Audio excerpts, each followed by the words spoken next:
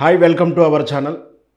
తెలంగాణ ముఖ్యమంత్రి రేవంత్ రెడ్డి షర్మిలను అడ్డం పెట్టుకొని జగన్మోహన్ రెడ్డి మీద కక్ష సాధిస్తున్నాడా అంటే అవుననే సమాధానం వస్తుంది. రేవంత్ రెడ్డి ముఖ్యమంత్రి అయిన తర్వాత జగన్మోహన్ రెడ్డి అభినందనలు తెలియజేయలేదంటూ బహిరంగంగా ప్రకటించినటువంటి విషయం మనందరికీ తెలిసిందే.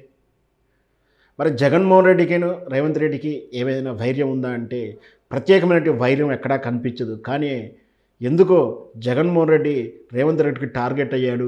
దానికి కారణాలు ఒకసారి ఆలోచిస్తుంటే జగన్మోహన్ రెడ్డి అక్కడ చంద్రబాబు నాయుడికి ప్రత్యర్థిగా ఉండడం అనే విషయం అందరికీ తెలిసిందే. చంద్రబాబు నాయుడు అనుంగ శిష్యుడు, చంద్రబాబు నాయుడికి రాజకీయ బినామీగా ఉన్నటువంటి వ్యక్తి రేవంత్ రెడ్డి అనే విషయం కూడా అందరికీ తెలిసిందే. కాబట్టి ఆటోమేటిక్గా తన గురువైనటువంటి చంద్రబాబు నాయుడికి శత్రువుగా భావిస్తున్నటువంటి జగన్మోహన్ రెడ్డి ఖచ్చితంగా రేవంత్ రెడ్డి టార్గెట్ చేసి ఉంటాడంటూ కూడా చెప్పవచ్చు. దాంతోపాటు జగన్మోహన్ రెడ్డి బీఆర్ఎస్ పార్టీ కేసీఆర్కు అనుకూలంగా ప్రవర్తించాడని, బీఆర్ఎస్ పార్టీ మీద స్నేహ సంబంధాలు ఉన్నాయని, ఒక రకమైనటువంటి కేవలం జగన్మోహన్ రెడ్డి బీఆర్ఎస్ కేసీఆర్ తోటి అనుబంధాన్ని రిలేషన్స్ మెయింటైన్ చేశాడు. కానీ రేవంత్ రెడ్డి ముఖ్యమంత్రి అయిన తర్వాత తాను రిలేషన్స్ మెయింటైన్ చేస్తాడు అని కూడా అపవాదు ఉంది. దాంతోపాటు షర్మిల కాంగ్రెస్ పార్టీలో ఉండడం కూడా కలిసి వచ్చిన అంశం అయిపోయింది. వెరసి జగన్మోహన్ రెడ్డి మీద కావాలని కక్ష కడుతున్నాడని కొందరు విశ్లేషకులు చెప్తున్నారు.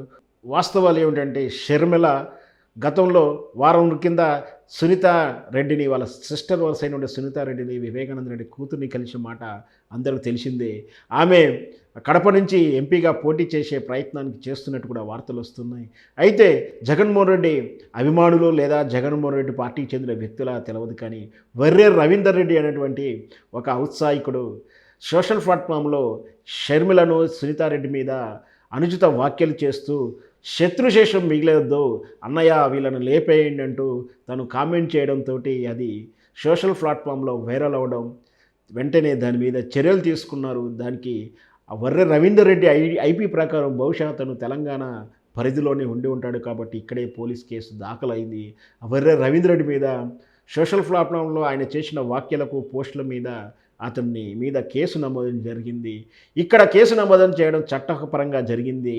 దీనికి వక్ర భాషలు చెప్పాల్సిన అవసరం లేదు. రేవంత్ రెడ్డి కాంగ్రెస్ పార్టీ, షర్మిల కూడా కాంగ్రెస్ పార్టీ, లేదా షర్మిల జగన్మోహన్ రెడ్డికి వ్యతిరేకంగా ఉంది, జగన్మోహన్ రెడ్డి చంద్రబాబు నాయుడికి వ్యతిరేకంగా ఉన్నాడు, చంద్రబాబు నాయుడికి అనుకూలంగా రేవంత్ రెడ్డి ఉన్నాడని చెప్పేసి రకరకాల విశ్లేషణలు, విపరీత అర్థాల చర్చలు కూడా సోషల్ ప్లాట్ఫామ్లో జరుగుతున్నాయి. Revanth Reddy one shot four birds అంటూ కూడా రకరకాల వ్యాఖ్యలు చేస్తున్నారు. అయినా కూడా ఇది చట్టపరంగా ఎవరైతే సోషల్ ప్లాట్ఫామ్లో భావ స్వేచ్ఛ ఉన్నంత మాత్రాన చట్టం లోబడి మాత్రమే ఆ భావ స్వేచ్ఛను ప్రకటించాల్సి ఉంటుంది. ఒకరి మీద ఇలాంటి నేరపూరితమైనటువంటి నేరంలో శిక్షించబడినటువంటి బెయిల్కు అనుగుణంగా లేనటువంటి శిక్షల తాలూకు వివరాలకు వచ్చేలా, పరిధిలోకి వచ్చేలా ఇట్లాంటి వ్యాఖ్యలు చేయడం శత్రుశేషం ఉండకూడదు అంటూ ఆయన చేసిన వ్యాఖ్యలు నిజంగా కూడా హేతుబద్ధమైనవి కాదు. అది శిక్షించబడినటువంటి అంశమే అవుతుంది. కాబట్టి ఖచ్చితంగా రవీందర్ రెడ్డి మీద చర్యలు తీసుకోవడంలో ఎలాంటి రాజకీయ ఉద్దేశాలు ఉండవు. గతంలో జగన్మోహన్ రెడ్డి చంద్రబాబు నాయుడు మీద ఇట్లాంటి వ్యాఖ్యలు చేసిన వాళ్ళ మీద ఫిర్యాదులు చేయడం, చంద్రబాబు నాయుడు మీద కేసు పెట్టినప్పుడు కూడా చట్ట ప్రకారం ఎలా నడుచుకోవాలో ఆ రోజు కేసీఆర్ గారు నడుచుకున్నారు. ఈరోజు రేవంత్ రెడ్డి గారు నడుచుకుంటున్నారు.